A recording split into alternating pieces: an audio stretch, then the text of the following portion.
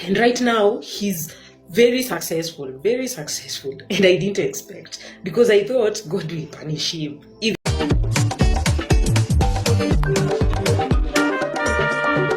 I thought that God will punish my abuser, but instead, God kept blessing him. In fact, this story is one story that a lot of you need to watch in this video, guys. Hi guys, welcome back again to my channel. If you're just coming across my channel, don't forget to hit that subscribe button, guys. So guys, this video is about a Kenyan woman who actually shared her experiences. In fact, this story is one of the honest story I've actually heard from a single mother. In fact, this story is more pure. So guys, sit back and listen to what this woman actually shared. In fact, guys, there's a lot to be learned in this video, and do not forget to share in the comment section what you think about this. Thank you so much for bringing me up. My name is Joanne. Jojo is just my nickname, and I'm a mother of 3. I'm not here to seek assistance, actually. I am a mother of 3, and I'm 29 years. Wow. And saying I'm a mother of 3 means I've once either been married or cohabited. Either way, I have dated for over 8 years now, because I met this man when I was 23. So my first daughter is 6 years. And as at now, we are separated. And I'm living my life. I'm a saloonist. I started my business, and I'm supporting my kids, and we are living here where I am. So I just wanted to say to young girls, single mothers, and maybe mothers also, that marriage is not easy, but marriage works. For most people, it works. We cannot just say it doesn't work. As for me, I was married to this man. He's not my tribe, but he's Kenyan. He's from Keyo, and I'm a lawyer, if anyone Kenyan is here. So this man used to be very abusive, and he took advantage of me because I come from a very humble background, and I'm an empath. Like, I put my needs last before I put my needs. I have to take care of my siblings, my mother, my father, and that has helped me. Helping others has helped me to make a step in life. Like, I've never lacked. I won't lie, I've never lacked.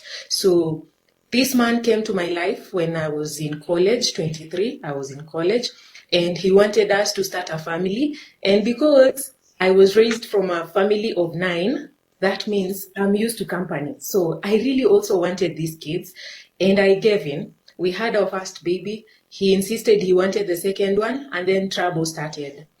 He started beating me. He started abusing me, like, literally. He would beat me like the way you're handling a snake.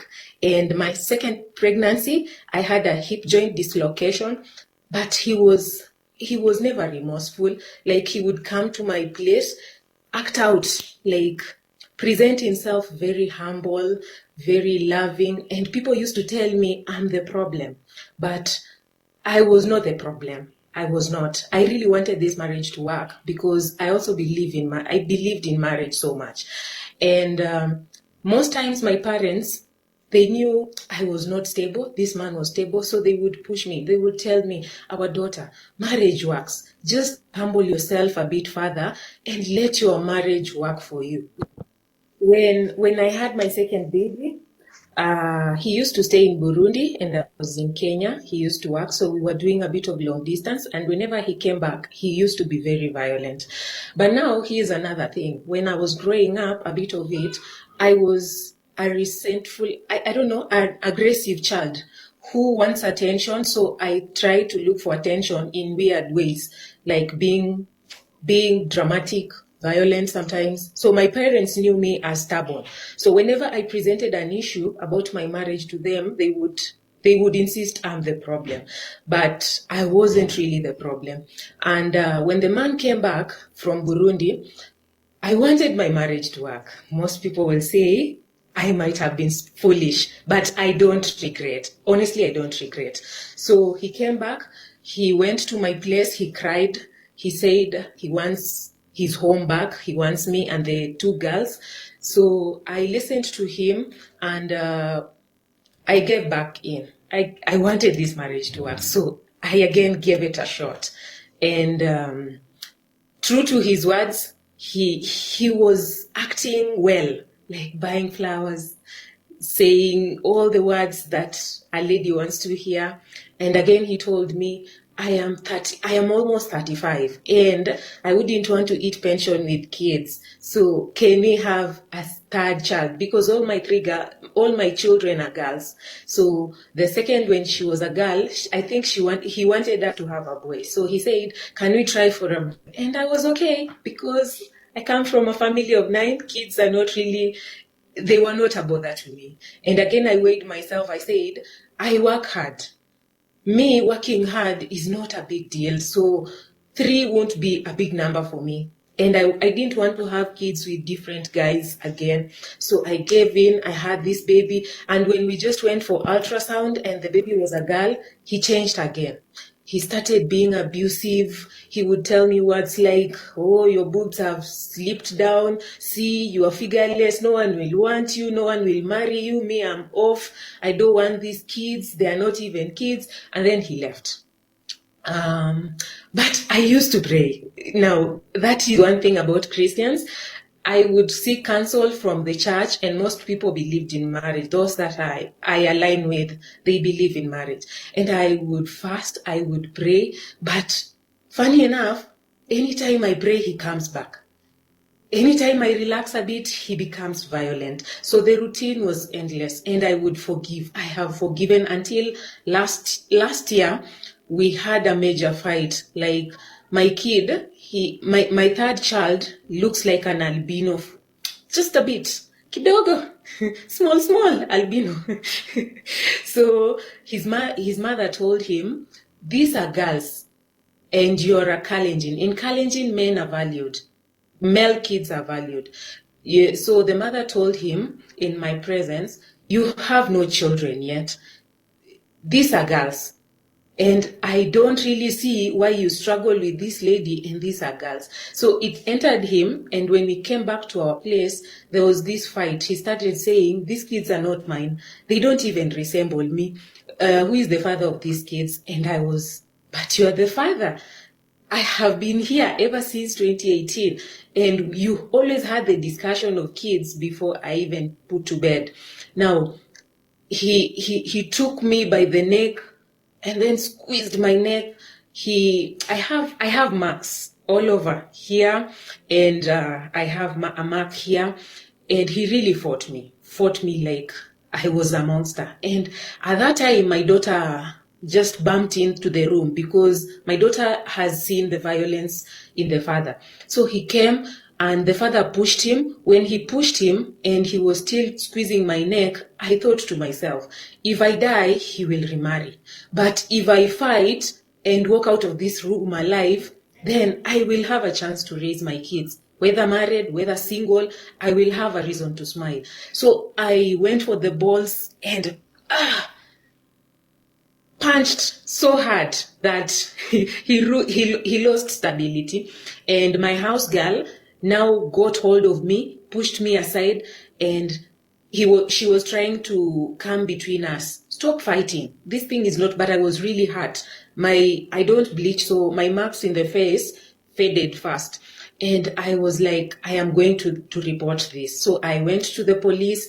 We had a civil case the whole of last year, the part of last year, December, and this year we've been doing a civil case. But I went to this international conference for women in Kabarak University, and a conviction in me told me, Joanne, you have moved on.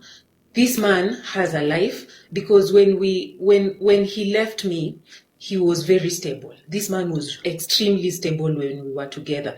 But when he fought me, and then we had to separate, the parents came in, and when we sat down, the man said, I am leaving you with the kids, and I will not give you a dime, Joanne. You will have to have mucus and bow for me before I even give you a shilling for your kids. And I told him, David, we have been together, and I've been praying for you, and it is weird that God raised you, and I used to see it. So if you're walking out of your kids because they are girls and because you really don't see a need now that you're stable, then I pray that grace falls on me as the mother and father that you're leaving me. And it's weird. I got this job in Nairobi. It was a contract. I just got this job in Nairobi. And at that time he was leaving, I was just a housewife. I do hair, but I was not, I had no business. I had no business. So when he was leaving, actually in his eyes, I was a loser. But to me, there was this conviction, Joanne, you just don't need to sit down and start sobbing. You will sob, but not now. Now you have to handle things that are here. The kids, you have to see them, you have to take them to therapy, you have to protect your kids. They don't have to shrink the way you shrank when you were growing up. So I didn't really sob. I put it behind me and I took the cow by the horn. I went to Nairobi for this job, and when I was going to Nairobi, he was coming back from Burundi. Unfortunately, he lost his work, and unfortunately, he was brought back as a deportation. So the mother started saying I was a witch, and it circulated. It circulated, and yes, somehow, if someone doesn't understand someone who is spiritual to some level, they will tell you that. So I didn't really have that time to sit down and cry. I also put that behind me for a while to tackle my kids' stability. So I worked, I got this money, I came back, opened salon, and made inside. So people were asking me, Joanne, you have this civil case going on. What's going on with you? And then there was this meeting that we went to Kabarak. And in the meeting, I found ladies. They were going through various challenges. And in that meeting, I had a conviction, release this man, just release him. You are not stable the way you want. You really wanted this marriage. It didn't work for you. So release. And I came back. I told him we were having a court session in July where I was to do my hearing. So I was to explain what happened. And in the court session, I just stood and said, I am not going to continue with this case. I want to drop it, and I want to value my peace. And it was dropped. The case was dropped. And this man came back to me. He asked for forgiveness, but I told him, yes, I have forgiven you. And he said, I want to step back to the lives of the kids. Can you please forgive me? And can you please tell your God to give me back my work? Because it is weird. And I told him, David, I was so sad when things happened. I was so sad. And yes, may God help you. And funny enough, he go to work with Equity Foundation. Just the week that we had this discussion, he go to work. And yes, sometimes we forgive, but I don't know. Sorry. Yes. You forgive him. And I became jealous. I forgive him, but I also became jealous. And I was telling God, why do you favor this man so much? And I'm the one with the kids. And why are you making his life so easy? Like, he's just said sorry and he doesn't even mean it, and you've given him work. But again, I came back to my senses. I just told myself, Joanne, what you need is to now bring the pain that you put behind your head and embrace it. And yes, I'm trying to embrace it right now. And Kiwi, it's not easy. It's not easy. We forgive, but sometimes we are not ready for the outcome if it's positive. Maybe I forgave him because I thought God will still punish him. But God is different. God will, everyone has the grace. And sometimes you don't need to do good to experience all the good things. All you hold on to is hope that your time will come.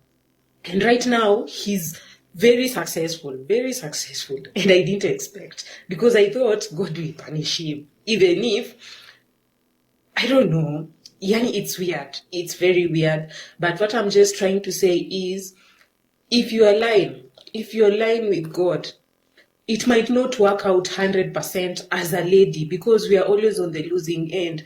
And me, I get judged harshly by the society. You're a single mother now, 29 kids, no husband. You're just doing business.